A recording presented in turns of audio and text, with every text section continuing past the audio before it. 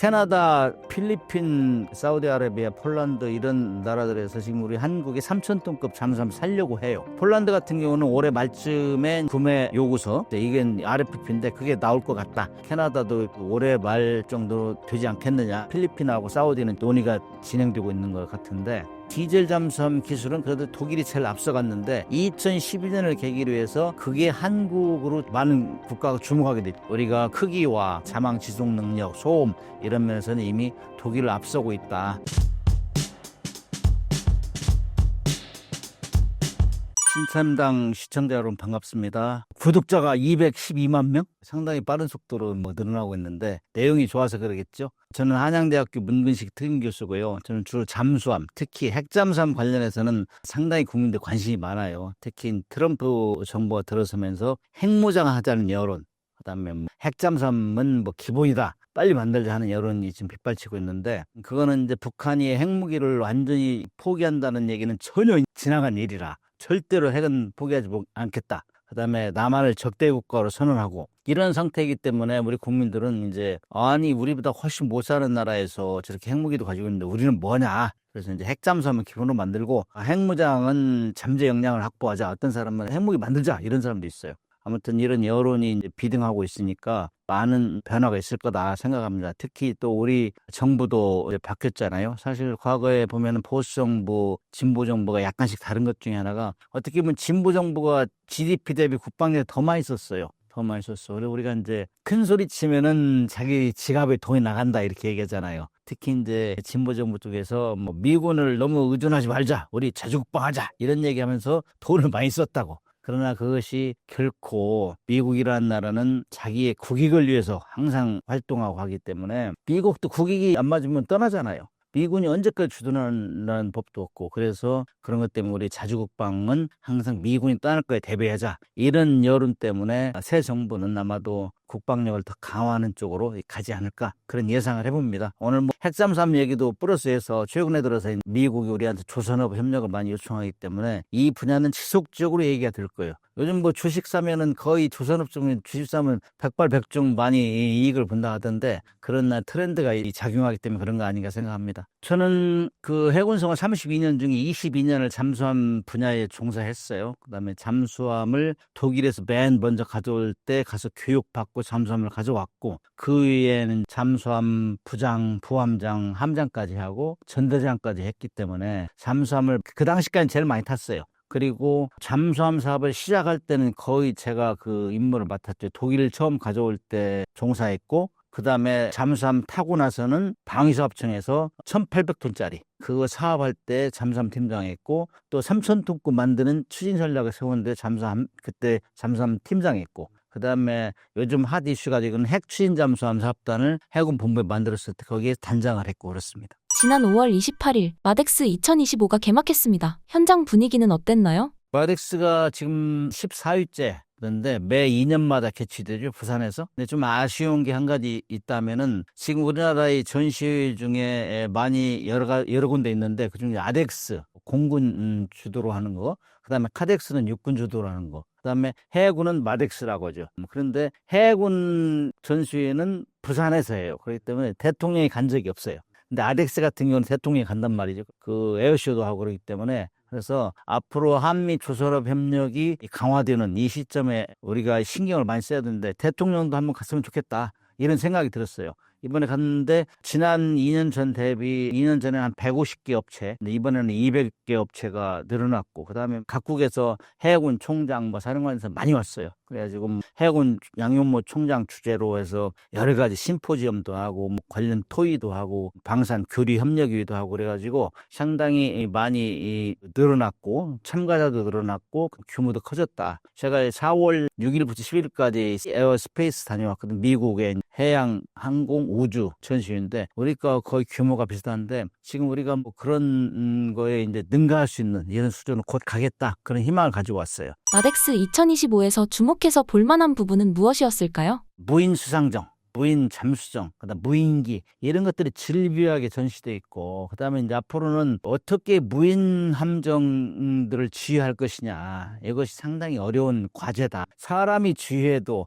말 잘못 들어가지고 작동이 안 되는 이런 상황인데 무인 배도 사람이 없는 걸 지휘해 두니까 유무인 복합체계 이거는 대세구나. 특히 러시아 우크라이나 전쟁 때 이게 확연히 드러났잖아요. 무인기가 맹활약을 했고 그다음 무인 수상 정도 역할을 하고 그래가지고 그다음에 그런 것들은 가격이 비싸지 않잖아요.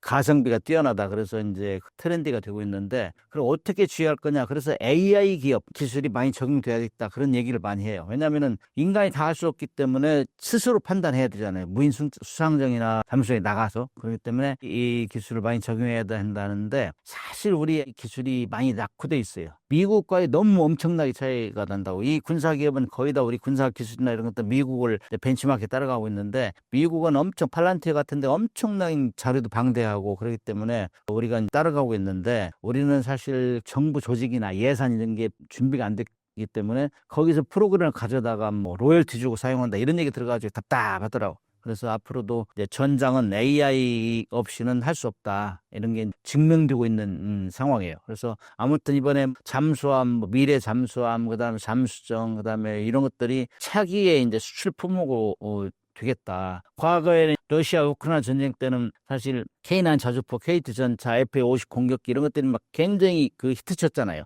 지금 우리 방산에서 K9 자주포 같은 건 방산계에서 BTS다 이런 얘기 할 정도로 이렇게 10여 개국에 막 판매되고 이랬는데, 그것이 선두주자였다면 이제 해군 쪽으로, 해양 방산 쪽으로 움직이는 거 아닌가. 그래서 많은 해양 방산 관련자들이 기대도 하고, 그다음에 그것이 탱크 뭐 이런 건 뭐 수백 대 값이란 말, 배 한 척이면은. 그렇기 때문에 한번 크게 굴르는 거죠. 시간이 좀 오래 걸리지만은 아마 그런 방산 수출이 해양 쪽으로 지금 이동하고 있다. 이런 차원에서는 우리가 준비할 게 많다 그렇게 생각을 합니다. 한국 잠수함 수출 중 지금 진행되고 있는 사업이 있을까요? 캐나다, 필리핀, 그다음에 사우디아라비아, 폴란드 이런 나라들에서 지금 우리 한국이 3,000톤급 잠수함 살려고 해요. 그만큼 우리가 과거 독일에서 이제 기술을 전수받아가지고 2021년대 3,000톤급 도산한 창을 만들어냈잖아요. 이게 늘 입소문을 타가지고 지금 여기저기서 러브콜을 보내고 있어요. 그런데 사실 잠수함 한 척을 산다는 게 엄청나게 돈이 많이 들어가거든요. 그래서 캐나다나 이런 데는 그래도 경제력 여건이 좋은데, 폴란드는 우리가 돈을 또 빌려줘야 수출 금융 지원을 해줘야 되고,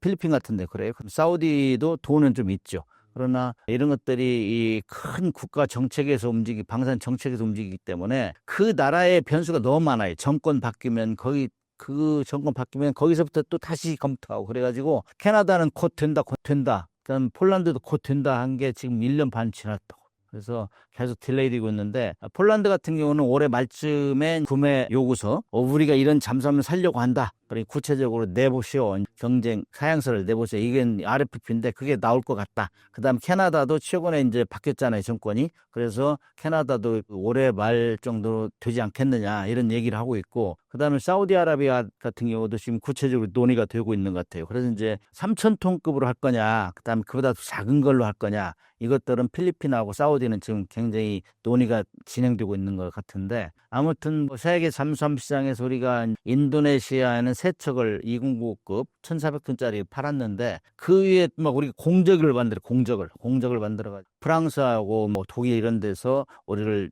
거의 경쟁 상대로 굉장히 이제 우리 약점을 물고 들어져 이런 현상이 벌어지고 있다고. 그래서 우리 그 유럽 걸 사지 왜 한국 걸 사느냐, 지리적으로 가깝고 그래가지고 폴란드 잠수함 사업에는 지금 뭐 독일하고 프랑스하고 둘이 짬짬이가 돼가지고 이거 어떻게 이 사우스 코리아를 누를 것이냐, 이것이 큰 과제인 것 같아요. 그리고 우리가 유럽에 무기를 많이 수출하다 보니까는 마크롱 대통령이 나타나서 야, EU급으로 우리 자금률 높여, 왜 이 멀리 사오는 거야, 이런 분위기가 팽배하단 말이죠. 그 다음에 폴란드 같은 경우는 수출 금융 지원을 해줘야 돼요. 우리가 돈을 빌려줘야 된다고.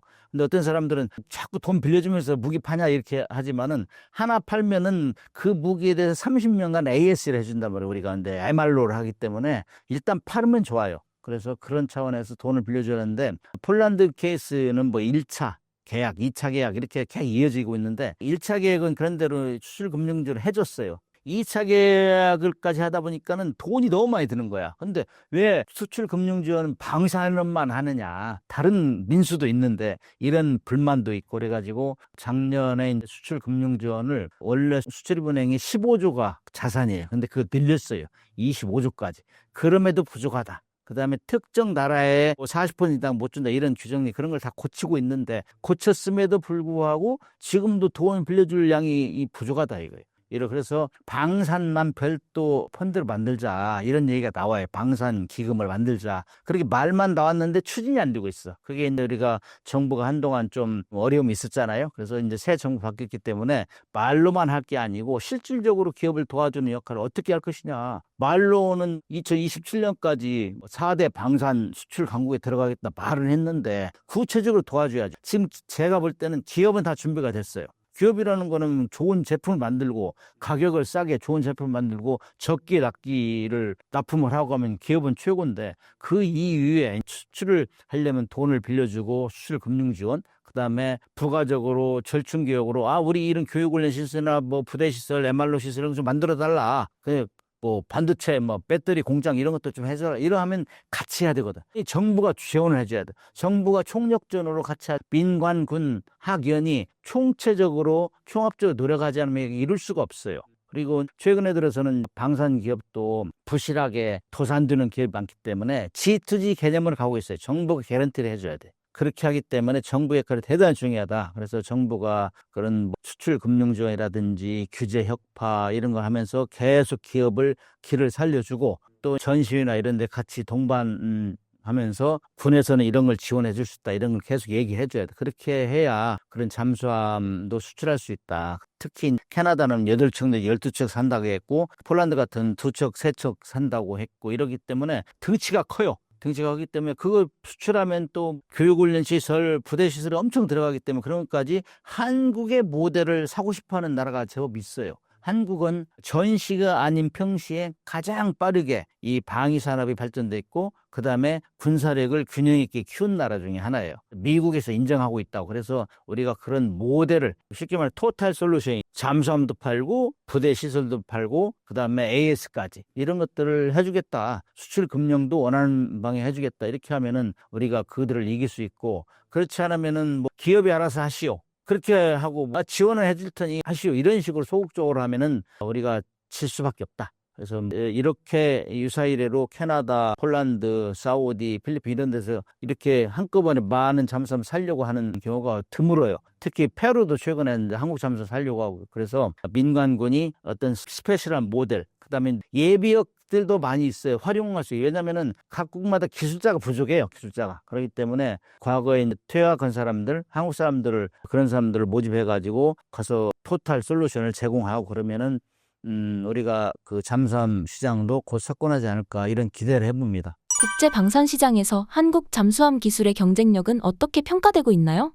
잠수함은 전통적으로 디젤 잠수함 수출은 독일이 베스트셀러 거의 18개국에 170여 척을 팔았으니까 그 다음에 2등이 프랑스 나발 그룹인데 1, 2위를 차지했어요. 거기에 틈새를 뚫고 들어가는 게 한국하고 중국하고 그 다음에 스웨덴, 스페인 이런 데가 뚫고 들어가려고 하는데 디젤 잠수함 기술은 그래도 독일이 제일 앞서갔는데 2012년을 계기로 해서 그게 한국으로 많은 국가가 주목하게 됐죠. 왜냐하면은 인도네시아 3척 잠수함 수출하는데 우리가 최종 협상 대상자, 우선 협상 대상자 우리가 선정이 됐단 말이에요. 그때 다 놀랐죠. 세계에서. 아니 잠수함 독일에서 가져온데 20년 만에 독일하고 경쟁해서 이겼단 말이에요. 한국이. 그래 그때부터 이제 주목했는데 사실 우리 한국은 그 2010년경까지만 해도 조선 최고였잖아요. 삼성, 현대, 대우는 탑3였잖아요. 그래서 조선은 다 알아줬었어요. 그러나 이제 군함은 조금 후발주자죠. 그럼에도 불구하고 독일을 제끼고 우리가 이겼단 말이죠. 그때부터 우리가 이제 강력한 경쟁 상대가 된 거예요. 캐나다나 이런 나라는 특히 이제 북극해에서 작전하고 캐나다는 워낙 해안선이 넓은 바다를 가지고 있기 때문에 잠수함 장기 작전할 수 있는 거 그다음에 어느 정도 물속에서 지속적으로 긴 시간 잠항할 수 있는 잠수함 필요하기 때문에 캐나다 같은 데는 우리 3,000톤급을 굉장히 선호하고 폴란드도 마찬가지고 그래서 이제 그런 잠수함을 살려고 하는 거는 다 비교 평가를 한 거예요. 그래서 잠수함 얼마나 조용한가. 잠수함은 조용해야 돼. 일단 물속에서 소음이 적어야 안 잡히고 그다음에 먼저 공격하고 이럴 수 있기 때문에 그다음에 얼마나 깊이 들어가서 오랫동안 견딜 수 있느냐. 그다음에 무장, 어뢰, 미사일 이런 걸 얼마만큼 파괴력이 세나 이런 건데 이 모든 면에서 지금 독일 잠수함을 능가하죠. 독일은 지금까지는 한 수출용으로는 1,800톤이 제일 커요. 근데 우리는 이제 3,000톤급이니까 우리가 그런 면에서는 크기와 그다음에 자망 지속 능력, 소음 이런 면에서는 이미 독일을 앞서고 있다. 제가 이렇게 강조하면 국뽕인 줄 아는데 이건 뭐 이미 다른 국가에서 인정을 하고 잠수함 살림 비교하잖아요. 다 성능 비교하기 때문에 그런 면에서는 이미 디젤 잠수함 설계 건조 능력은 우리가 거의 완탑으로 가고 있다. 저는 그렇게 얘기할 수 있어요. 한국 잠수함이 20년 만에 독일을 뛰어넘을 수 있었던 비결은 어디에 있다고 보시나요? 그 비결은 이제 기술력이죠. 첫째가 기술력이고 그다음에 우리가 신뢰가 상당히 높아요. 그건 뭐냐면은 어느 때까지 이 배를 가져다 주세요 하면 이 납품 기한 그거를 잘 지켜요 우리가. 그다음에 이제 가격이 싸요. 왜냐면은 우리 같은 경우는 상선도 많이 수출하면서 그런 기술자들을 잘 유지해 왔고 그렇기 때문에 또 대량 생산도 했고 그렇기 때문에 가격이 싸단 말이죠. 그래서 가성비가 뛰어난 배를 만들 수 있다. 그렇기 때문에 우리는 또 미국하고 자유진영에 호환성이 많잖아요. 장비가. 그래서 어느 가져다 놔도 호환성이 많기 때문에 좀 많은 국가들이 리스크를 줄여줄 수 있단 말이죠. 자기 가지고 있는 기존의 장비나 이런 걸 같이 쓸 수 있기 때문에 그런 면에서 많이 선호하고 있죠. 그렇다면 한국 잠수함의 도전 과제로 남아있는 것은 무엇이 있을까요? 한국 잠수함의 도전 과제는 디젤 잠수함은 이제 됐고 그다음에 이제 핵추진 잠수함 만들어내야죠. 그게 이제 과제인데 이거는 뭐 그동안 핵추진 잠수함에는 우라늄이 들어가기 때문에 상당히 정치적으로 우리가 제스처를 해왔단 말이죠. 그래서 뭐 제한도 되고 그러나 이제 북한이 워낙 핵무기를 절대 포기하지 않겠다. 핵잠수함을 빨리 만들어서 거기다 SLBM 집어넣겠다. 뭐 김정은이가 맨 선두에서 다니고 있잖아요. 그런 과정이기 때문에 우리도 이제 그거를 커밍아웃 그러니까 공개적으로 추진하기를 희망하고 그렇게 하면은 국가 기술력을 총 결집시킬 수 있고 그렇기 때문에 그것이 우리의 과제예요. 그래서 우리가 군함 중에서는 만들어 보지 않은 게 핵 항공모함하고 지금 핵잠 두 가지밖에 없어요. 나머지는 거의 다 모든 걸 만들고 그다음에 우리 기술이 앞서 있어요. 이미 미국을 앞서고 있기 때문에 그걸 만들어 보면은 최고 그야말로 원탑으로 가는 거죠. 최근 북한이 구축함 진수에 실패했다고 합니다. 어떤 사건이었나요? 진수를 하려면은 앞에서 배를 이제 올려놔요. 그걸 썰매라고 표현하기도 하는데 앞에서 끌어가지고 물까지 가는 경우도 있고 그냥 물가에 평행으로 가서 동시에 함미어 가면서 밀어 제끼는 거예요. 그럼 밀어 제끼면 탁 물에 뜨면서 기우뚱 기우뚱하다 중심을 잡는 이런 게 측면 진수를 하는데 그걸 하다가 함수하고 함미하고 거의 동시에 이렇게 탁 물에 가야 되는데 함수는 남아있고 함미만 먼저 넘어졌단 말이에요. 그거는 최연함이 1번함이거든. 최연함이 5,000톤급에 그거는 문제없이 했단 말이에요. 그래서 처음에는 그 문제없이 했다는 건 기술을 안다는 얘기예요. 큰 물에 어려움이 없다. 근데 처음에는 다 긴장하잖아요. 근데 최근에 들어서 김정은이가 러시아하고 뭐 동맹을 강화하면서 기술을 전수받고 뭐 우리 해군력 키우자 이제 지상에 있는 핵무기를 다 물속에 집어넣고 뭐 함정도 더 키워서 미국의 항공모함도 대응하자 막 이런 식으로 계속 끌고 가니까 급하잖아요. 빨리 가시적으로 성과를 보여 하니까 급히 하다가 그게 그렇게 고난도 기술은 아니에요. 이미 한번 해봤고 그렇기 때문에 그런 어처구니없는 실수를 했는데 국제적으로 망신당한 거죠. 그래서 서두르다가 안전 절차 규정을 지키지 않았다. 저는 그렇게 판단해요. 그게 얼마만큼 그 배가 피해를 입었느냐 이거는 공개를 안 하니까 모르는데 새 배를 만들어 가지고 어느 정도 파공이 났다고 구멍이 났다는 거는 그건 치명적인 거예요. 그건 다시 그 부분만 고친다는 것도 땜빵이잖아. 땜빵. 그렇기 때문에 생평하고 철판 다 갈아야 되지. 이런 거를 지금 고민하고 있을 건데 이미 뭐 기사에 뭐 배를 세우는데 성공했다 얘기 들으니까 북한이라는 나라는 해 하면 밤새워 하잖아요. 거기 가늠할 수가 없어요. 언제까지 되느냐 언제까지 안 되느냐 가늠할 수가 없어요. 그렇기 때문에 뭐 총력을 다해서 지금 보완하고 있는 것 같은데 아무튼 뭐 아주 기초적인 거를 룰을 아니면 규칙을 어겨서 안전 절차를 지키지 못해서 그런 사고가 났다 하는 걸 이제 우리가 보고 북한은 그걸 옛날엔 감췄는데 이제 안 감추잖아요. 그만큼 자기들도 이제 해군력을 키우고 있다는 오히려 노이즈 마케팅이 된 거예요, 사실은. K방산에서 육군, 해군, 공군 각각의 효자 상품이 무엇이 있을까요? 육군 하면은 뭐 님이 저보다 더 잘 알아요, 시청자분들. K9 저주포, K2 전차, 뭐 대공무기를 천궁, 천무, 단장포. 그다음에 공군 같은 경우는 지금 FA-50 공격기 요즘에는 뭐 헬기도 수출하려고 하고 있어요. 지금 이라크에 수리온 계약했다는 얘기도 들리고. 그다음에 KF-21 그 전투기는 우리가 만들어낸 완성도 안 했는데도 불구하고 주문이 늘어나고 있다는 거예요. 그만큼 우리가 이 시제품을 만들어내면서 수많은 미사일 능력, 무장 점검, 고공 비행 시험, 음속 돌파 시험 이런 거 다 했는데 이렇게 쉬운 전기간 동안에 사고가 안 난 건 전례가 드문다 이거예요. 그렇기 때문에 안정적이다. 이런 차원에서 또 미국의 이 5세대 전투기, 완전 스트레처 이런 전투기를 따라가지 못하지만은 그래도 4.5세대 정도 실제 만드는 카이의 기술자들을 만나보면은 사실은 5세대 가깝습니다. 이렇게 얘기를 해요. 그런데 미국을 자기가 하지 않기 위해서 그다음에 그 엔진도 또 미국 거 들어가고 그러기 때문에 100% 국산은 아니기 때문에 우리 큰 소리 칠 건 아니지만은 아무튼 가격은 싸지 성능은 거의 4.5 내지 5세대 되니까 이걸 누가 안 사려고 했겠어요. 그래서 이게 인기가 치솟고 있는데 뭐 어느새 뭐 여기저기서 주문을 많이 하는 것 같아요. 그래서 그것이 공군의 주 수출품이고 해군 같은 경우는 그동안 호위함 했죠. 호위함 또는 상륙함 이런 걸 페루에 이제 현대중공업에 수출하고 거기서 현지 건조도 하고 그러고 있고 그다음에 뭐 필리핀에는 이미 호위함 2,500톤, 3,500톤짜리를 이제 수출을 하고 있어요. 원해 경비함 이런 것들하고 인도네시아에 이제 잠수함을 수출했고 그다음에 추가적으로 잠수함 수출 대기하고 있고 이런 걸로 해서 육해 공군이 이제 각기 그 특장품을 가지고 있다. 그래서 그 인기가 지금 치솟고 있는데 특히 그동안 지상하고 공군 무기가 많이 팔렸다면 이제 해군 쪽으로 이제 늘어나고 있다. 원래 전쟁 역사 보면은 전쟁을 일으키는 데는 육군에서 하는데 실제로 마무리 단계에서는 해군이 동원된다고. 전쟁 무자를 동원해도 이게 바다로 다 가잖아요. 그렇기 때문에 그런 차원에서 지금 해양 방산이 많이 뜨고 있고 그래서 우리는 앞으로는 해군에서는 3,500톤 호위함 그다음에 3,000톤급 잠수함, 그다음에 이번에 부산에서 마덱스 하면서 보았던 무인 수상정, 무인 잠수정, 그다음 무인기 이런 것들이 주 수출 품목으로 자리 잡지 않을까 그런 기대를 해봅니다. K방산이 최근 몇 년간 주목을 받는 이유는 무엇이라고 보시나요?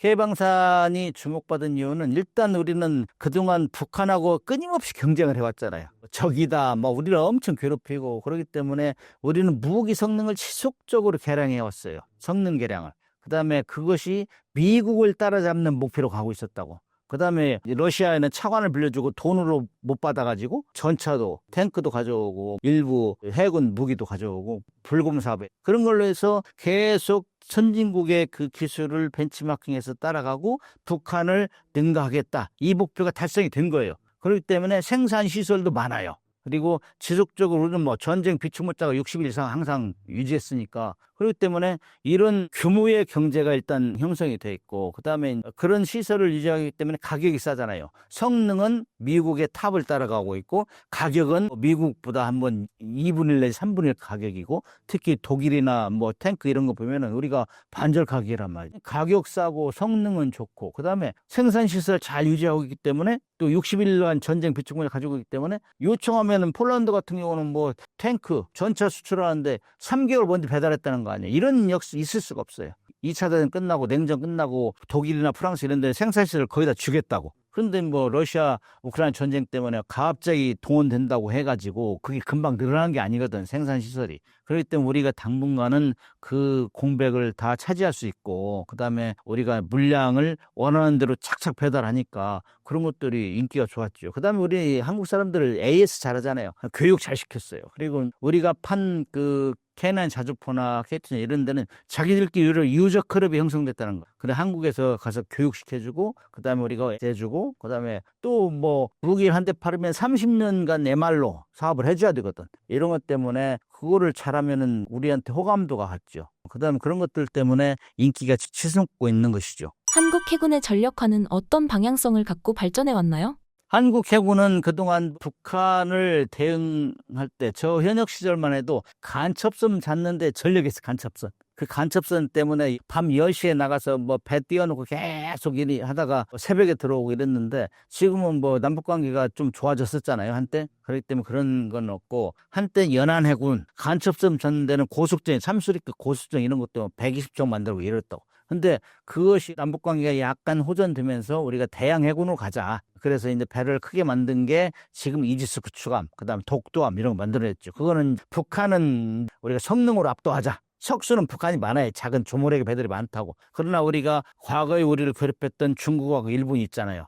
지금 미군이 주둔하고 있기 때문에 지금 안 건들지요. 그러나 미군이 없다 하면은 일본하고 중국은 과거와 같이 또 우리를 괴롭힐 가능성이 많다. 그래서 미군이 떠날 걸 대비해서 우리 대양 해군으로 하자. 그다음에 우리 같은 경우는 뭐 말라카 해협이나 이런 데 막아버리면은, 중국이 막아버리면 우리 석유 한 방울 안 나잖아요. 전쟁 못해요. 그렇기 때문에 그런 것도 문제가 생기면 우리가 스스로 해결할 수 있는 능력, 그래서 배도 크게 만들고 이지스 구축함 만들고 잠수함도 만들고 그런 거잖아요. 그렇게 해서 대양행으로 기치를 내걸고 온 것이 지금 해군이 어느 정도 세계 5, 6위권이라고 하잖아요. 5, 6위권. 뭐 어떤 사람은 6, 7위권 이렇게 얘기하는데, 아무튼 해군력을 평가할 때는 총 톤수로 하는 게 있고 총 척수로 하는 게 있는데, 그다음에 총 톤수로 하면서도 성능 이런 걸 다 종합해 보면은 한 5, 6, 7위에 머문단 말이에요. 그렇기 때문에 북한은 이제 해군으로 깨면 안 돼. 참 안 되고. 근데 숫자적으로 많다 얘기죠. 그런 것 때문에 우리가 먼 거리에서, 먼 스탠오프 어택을 해야지, 걔들이 도달하지 않는 곳에서 우리가 공격하고, 그런 식으로 키워왔기 때문에 대한민국 해군은 상당히 이 기반이 형성됐다. 그래서 최근에 들어서 기동함대 사령부까지 창설이 됐기 때문에 제주도에서 과거에는 우리가 1, 2, 3함대 동해, 평택, 부산 1, 2, 3함대 나눠가지고 주로 북한을 대해서 해역방위를 했다. 해역을. 근데 이제는 뭐 제주도에 기동함대를 설치해가지고 이제는 위협이 오는 쪽으로 즉각 대응하겠다. 예를 들어 일본이 독도를 위협하면 그쪽으로 이지스 구축함을 보내고, 기동함대 사령의 주 세력은 이지스 구축함이라고, 그다음 KDDX를 새로 만드는 이런 한국형 이지스 구축함 이런 것들을 파견해가지고 거기를 분쟁을 억제하겠다. 그다음 뭐 이여도 문제, 제7광구 이런 데는 우리가 이익이 있는 해역에 우리가 그야말로 쓸모 있는 능력이 출중한 이런 배들, 이지스 구축함 이런 걸 보내겠다. 기동함대까지 창설됐잖아요. 그렇기 때문에 우리 해군은 그동안 북한을 능가하기 위해서 했는데 이미 그거는 능가를 했기 때문에 대주변국 억제를 위해서 해군력을 키우고 있다. 특히 최근에 들어서 북한이 서해에서 막 중국이 자기 내화하고 있잖아요. 그래서 그걸 막으려면 우리가 배를, 큰 배를 만들어야 돼요. 중국은 막 항공모함 가지고 휙 젓고 다니는데 우리는 이 3,000톤급 뭐 4,000톤 가서 따라다니면 모양새가 안 되잖아요. 이제 어깨 싸움도 안 된다고. 그렇기 때문에 해군력을 키워야 된다는 명분이 서는 거죠.